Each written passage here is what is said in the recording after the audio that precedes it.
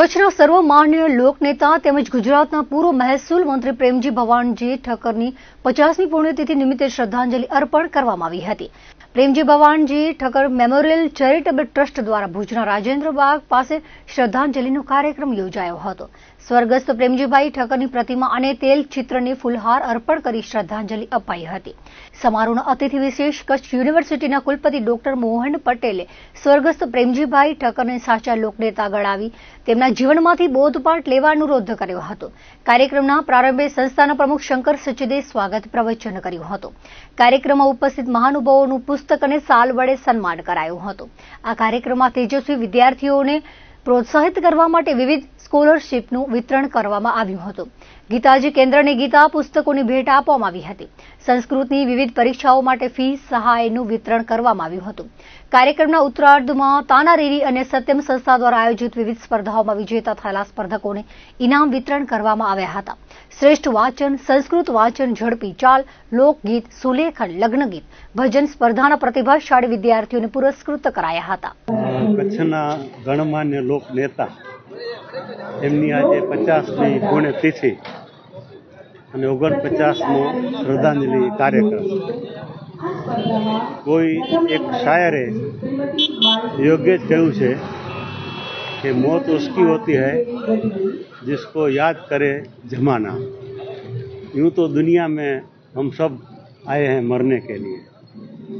तो 50 વર્ષ પછી આજે આપ જુઓ છો હાજરી, અને છેલ્લા 49 વર્ષથી આપે હાજરી જોઈ છે, એના પરથી જ એમના નેતૃત્વ અંગે તમને ખ્યાલ આવી જાય।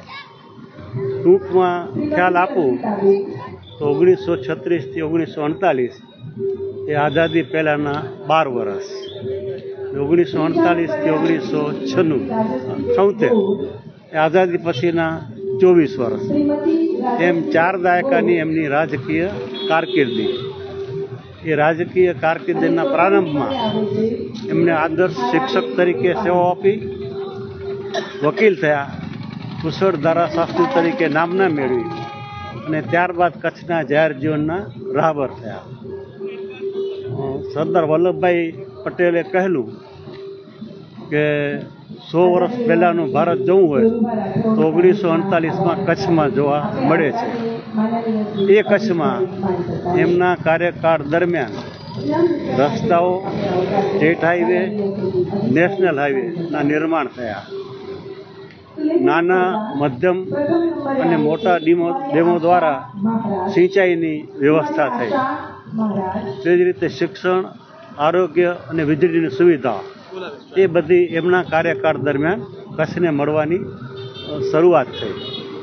અને એક વાક્યમાં કહું તો કચ્છના કિસાનો, કામદારો, પશુપાલકો, વેપારીઓ, વિદ્યાર્થીઓ બધાના પ્રશ્નો એમણે ઉકેલેલા। આજે પણ કચ્છના કોઈ પણ ગામમાં જાઓ તો જૂની પેઢીના માણસો એમ કહેશે કે પ્રેમજીભાઈ અમારા ગામનું આ કામ કર્યું, આજે પણ યાદ કરે છે। ગુજરાતની વાત કરું તો ગુજરાતના કોઈ પણ જિલ્લામાં તમે જાઓ તો લોકો કહેશે કે મહેસૂલ મંત્રી તરીકે જ્યારે પ્રેમજીભાઈ અમારા જિલ્લામાં આવ્યા ત્યારે આ જિલ્લાનો વર્ષો જૂનો પેચીદો પ્રશ્ન જે કોઈ નહોતા ઉકેલી શક્યા એ એમણે ઉકેલ્યો છે। આ એમની ગુજરાતની સેવા। એમ કચ્છ અને ગુજરાતના લોકો આજે પણ એમને યાદ કરે છે। એમનું વાંચન ખૂબ વિશાળ હતું, કુશળ વક્તા હતા, સંસ્કૃતિ અને કલા એમના સ્વભાવમાંથી, ધાર્મિક એમની વૃત્તિ હતી, ધાર્મિક અભ્યાસ એમનો બળો હતો। અને ટૂંકમાં કહું તો કચ્છ જેવા જિલ્લામાં 40 વર્ષમાં એમણે જે કામ કર્યું એ કામ ભાગ્યે જ કોઈ જિલ્લાના કોઈ પણ આગેવાને કર્યું હશે। અને તે જ રીતે આઝાદી પહેલાંના 12 વર્ષ અને આઝાદી પછીની 38 વર્ષ, એમ સળંગ 40 વર્ષની રાજકીય કારકિર્દી ભાગ્યે જ કોઈ રાજકીય નેતાની હશે। એને જ કારણે આજે કચ્છના લોકો, ગુજરાતના લોકો